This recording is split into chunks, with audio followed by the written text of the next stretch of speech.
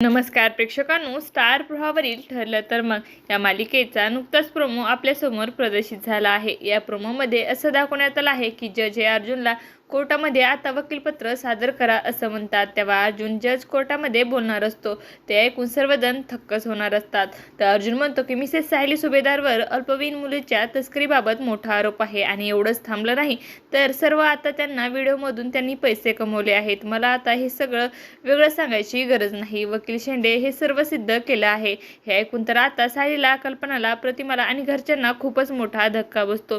अर्जुन हे काय बोलत आहे तेव्हा वकील शेंडे तर आता खूपच खुश होतात।